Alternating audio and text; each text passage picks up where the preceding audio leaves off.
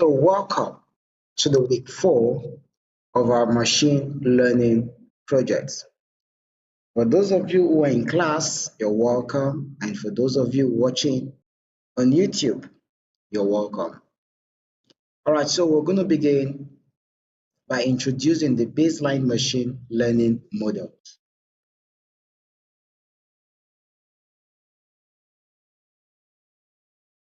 Now let's look at the agenda for today's lecture. We're going to talk about the importance, skills, OLS, random forest, and matrices. The goal is to establish reference points for future model improvement.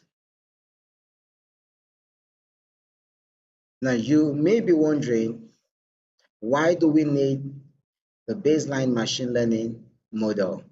Now this section focuses on key techniques for establishing baseline models.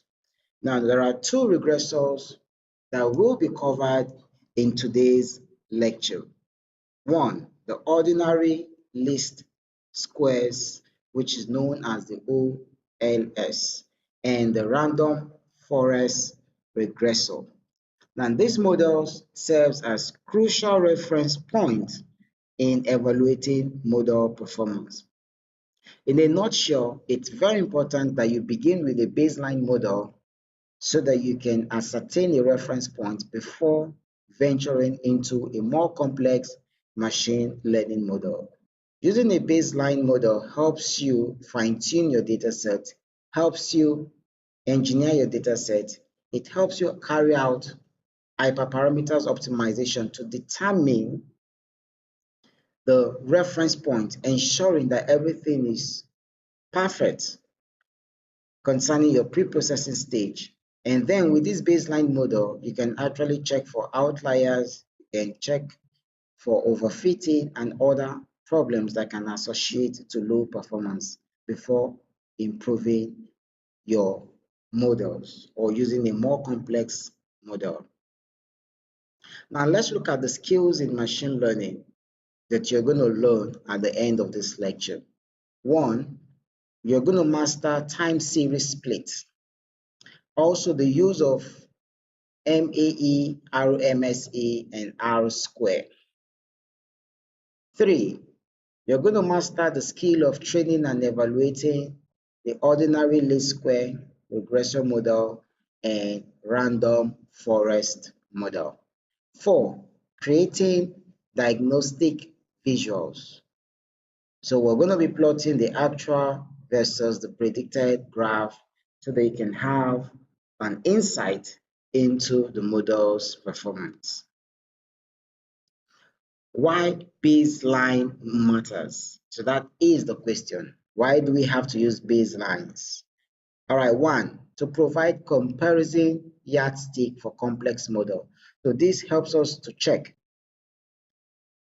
whether it's necessary for we to transition from a simple model into a more complex model. 2, using baseline models exposes data leakage or label issues early. And then 3, a guide for future engineering priority. Using baseline model tells us how we should engineer the futures and what future engineering technique we should consider as a priority. Now, 80% of models fails without the baseline. Now, establishing a reference point is crucial for accurate evaluation. Now, it is important that we establish reference point. For example, you could decide to split your data into 80% train and 20% test, or 70% train and 30% test set. Now, this allows us to determine which of this split portion performs well on our baseline model. In that case, we can establish a reference point before we transition into using a more complex model. Now, aside data split, we can perform other hyperparameters optimization in terms of we could decide for random forest, we could decide the numbers of estimators. Right, for other models, it could be a training, learning rate, and other hyperparameters. So this will help tells us the exact hyperparameters that works well using a baseline model, and then we can transition into a more complex model, believing that we'll get a better result because we have established a reference point, which is actually crucial for accurate evaluation. So therefore, it's been established that a lot of models have failed without utilizing baseline. And also 60% improvement has been recorded in terms of model performance when baseline models are utilized. Now, this allows us to incorporate baseline that can help significantly enhance predictive accuracy and reliability. Now, let's look at time series split. In today's lecture, we'll explore the time series split technique, which help ensure data integrity by training and testing machine learning models on sequential portions of data in order to preserve temporal order. Time series split pattern. Now, it's very important that we sort the data based on the date time. Now, this ensures that we avoid data leakage. Now, this is a snippet of what the code looks like. There are two ways we can handle this. So this allows us to partition the training data and the test data in such a way that the older version or the older part of the time series data is assigned to the training set, while the newer part or portion of the data is assigned to the test set. Now, this allows the model to train on previous historical data and then use current and recent data for prediction. Now, this helps to avoid data leakage such that if it has to be the other way around, or if the data split is done in a way that it randomly select or split this data, whereby you have a mixture of both older portion of the data set and newer portion of the data set mixed together within the training set, this leads to data leakage. All right, so this raises the problem of data leakage, where the model is predicting the past, not the future. So this is the issue that we must consider when splitting time series data. We must ensure that it's chronological and then it preserves temporal order, because this is a sequential data which depends on time. So this is very important when you carry out your train test split on time series data. Very important, because data leakage is a very serious issue in terms of model integrity.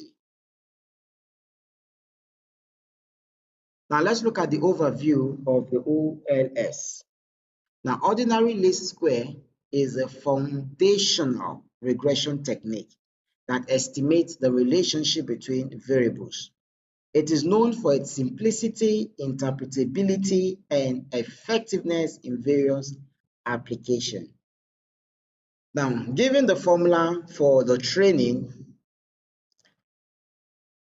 it is best when data is linear or heavily featured engineered. All right, so this suggests that whenever we carry out huge feature engineering, the OLS model performs well.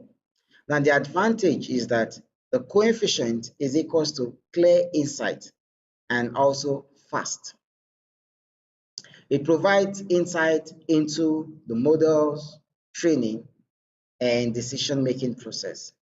The assumption is that the model is linear, it is independent, and it is homoscedastic in error and then normal residual, meaning that if the model is not performing well in a particular element, therefore it's the same for every other element.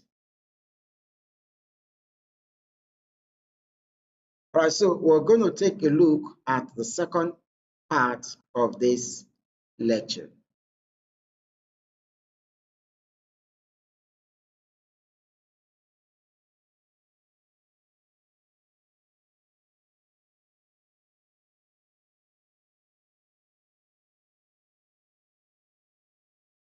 All right, so the second part of this lecture, we're going to begin with the random forest. The random forest model excels in ensemble learning, providing robust and accuracy. The random forest models identify feature importance and allow tuning of hyperparameter to enhance predictive performance in various datasets.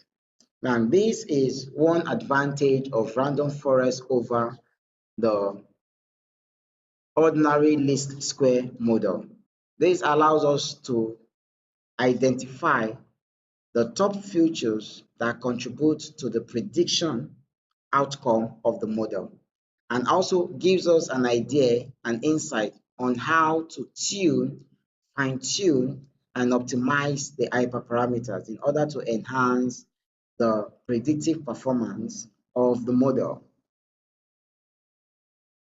Now, having said that, that suggests to us that the ensemble model of random forest uses decision trees, which averages the predictions of the trees and gives a final prediction. It handles non-linearity, outliers, future interactions. It emits future importance score for interpretability. So this is a very good attribute, characteristics of the random forest. So this can tell us which of the future is contributing more to the prediction process. Now, it allows for hyperparameter tuning and optimization where we can choose or assign different values of the number of estimator. And the number of estimator, it's nothing but the numbers of trees we want to have during training. And then we have the depth as well as the sample ratio as hyperparameters that we can fine tune to improve the performance of the model. So this allows us to manipulate, this allows us to determine some factors and also watch the performance of the model as we train. So this is a very good advantage of the random forest model. Essential regression metrics. Now, there are metrics that we need to watch out for, which are very important when we're dealing with time series data. Number one is the mean absolute error, which is the difference between the actual and the predicted. We have the root mean square error, which is nothing but the square root of the mean square error. This penalizes large error. And then the good thing about the root mean square error is that the result has the same unit as the target variable. It makes it easy to interpret compared to the MSE, which has a different unit as the target variable. So often we use the root mean square error instead of the mean square error because it offers easier interpretability and it presents the same unit as the target variable. Also, we have the root square score, which also gives insight about the variance of the model. If the model deviates from the actual prediction, from the actual record or not. So it ranges between 0 to 1, which is equivalent to 0 to 100%. All right, so the closer it is to 1, the closer the performance of the model. The better the performance of the model, the closer it is to 1, the more perfect the model becomes. And the closer it is to 0, the worst the model becomes. Now, visual representation of essential regression metrics for analysis. So this allows us to understand how the model behaves. Now let's look at the diagnostic plot. All right, so this diagnostic plot gives us a more visual context of how the model behaves. So we're going to look at the actual versus predicted, the residual, and the future important plot. Now, looking at a plot, in front of us, we have the actual versus the predicted for random forest. Now, the purpose is to check the linearity and the bias of the model. The interpretation of this graph is simply that this model, ideally, point should lie close to the red diagonal line, which is the perfect predictions. So once the points are lying very close or touching these red lines, it means the predictions are perfect. Now in this plot, the predictions are consistently underestimating the true values, indicating a potential bias in the model or missing features. So when this model is retrained, fine-tuned, then the diagonal line adjusts such that it begins to fit into the data point. And when more of this data point aligns with the diagonal line, then the performance of the model begins to increase gradually until it gets a very good performance where most of these data points fit into the diagonal lines. Now this is a residual error over time. Now the purpose is to detect non-stationary drift or time-dependent error pattern. Now the interpretation of it is that the residual fluctuates with time and seems to increase in variability, which may suggest model performance degrades over a certain period. Now potentially due to unmodeled temporal dynamics or external factors. Right, so it's very important that the data preprocessing stage is done properly to avoid or minimize such kind of fluctuation and instability of the model. Now looking at the feature importance, the purpose is to identify which features most influence model prediction. Like we can see based on the interpretation of the graph for random forest model, feature 2 and feature 1 are the top drivers of energy consumption in the current random forest model. Now, this indicates that they carry the most predictive power compared to feature 3. So this gives us an insight into which of the features contribute more to the predictive outcome of the model.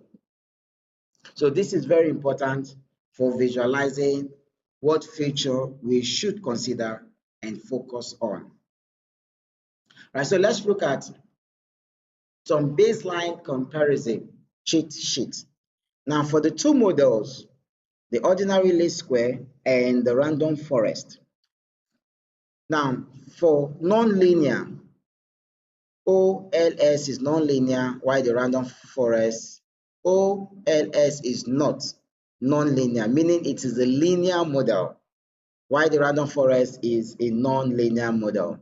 Importance: it's not possible, or the OLS model does not offer the opportunity for we to see or visualize feature importance, while for random forest we can visualize feature importance. When it comes to interpretability, it's quite easy for the OLS model, while for the random forest model, it's a little bit, it's moderate and not as easy as the OLS model. While for overfitting risk, the rate of overfitting for the OLS model is very low, while that of the random forest is moderate to low, depending on your hyperparameters optimization technique. All right, so moving forward in machine learning, number one, build baseline model first. This will help you validate your data and also your matrices. Two, choose OLS model for clarity before you move over to random forest for power, for also to visualize feature importance. Three, it's for you to carry out hyperparameter tuning or optimization in order for you to ascertain or improve the performance of the model. Now, key takeaways and strategy for advancing your machine learning journey, as we have mentioned. So at this moment, we have come to the end of this lecture. So I hope to see you in our next class, which is the coding section for this lecture. Bye.